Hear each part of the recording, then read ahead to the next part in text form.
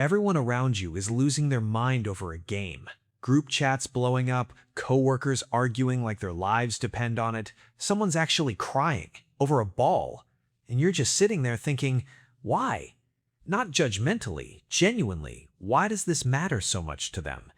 If that's ever been you, calm, confused, slightly outside the whole thing, there's something happening in your brain that most people never talk about.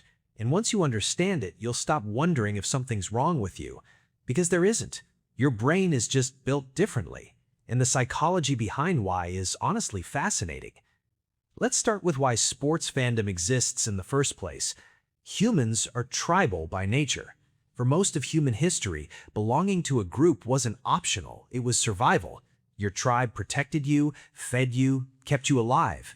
And on a deep neurological level, that hasn't changed. Sports taps directly into that ancient wiring. When someone watches their team, their brain releases oxytocin, the same bonding chemical that connects you to family.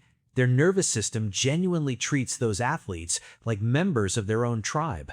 That's not a metaphor, that's neuroscience. And the dopamine loop, it's designed to keep them hooked. Every play, every possession, every near miss fires a microburst of anticipation in the brain. Researchers using fMRI scans have found that watching sports activates the same reward circuits as gambling. The uncertainty is the whole point, because not knowing the outcome is what keeps dopamine flowing.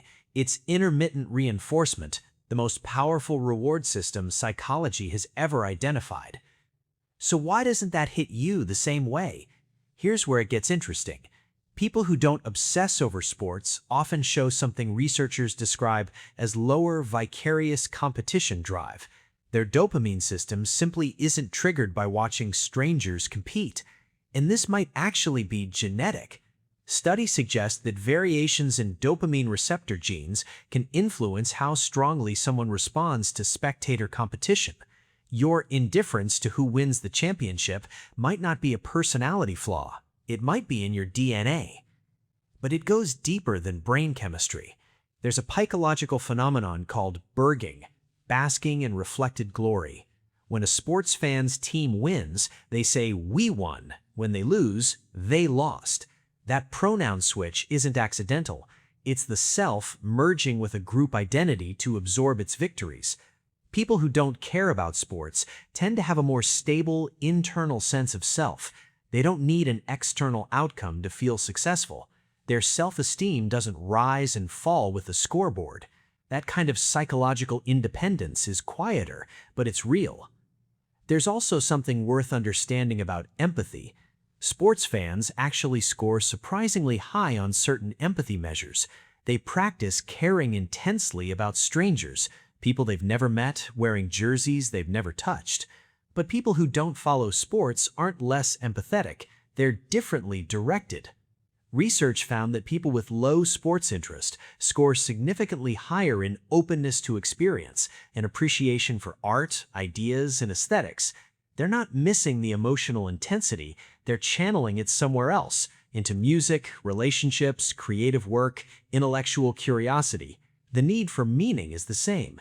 The address is different.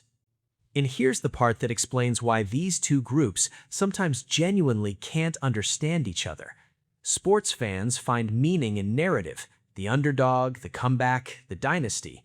It's real-life drama with unpredictable stakes, and that unpredictability is exactly what makes it emotionally powerful. People who don't care about sports look at the same situation and think, why would I invest emotionally in an outcome I can't influence, involving people I don't know in a game that doesn't touch my actual life? Neither group is wrong. They're just running different meaning-making systems.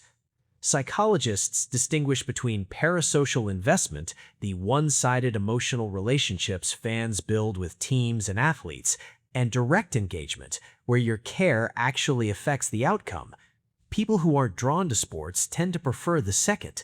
They want their emotional energy to go somewhere that matters, somewhere there's reciprocity, somewhere they're a participant, not just a witness.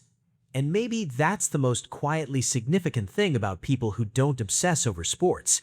They're not disengaged from life, they're deeply engaged, just in their own life. They're not spending 3 hours every Sunday watching someone else's story unfold.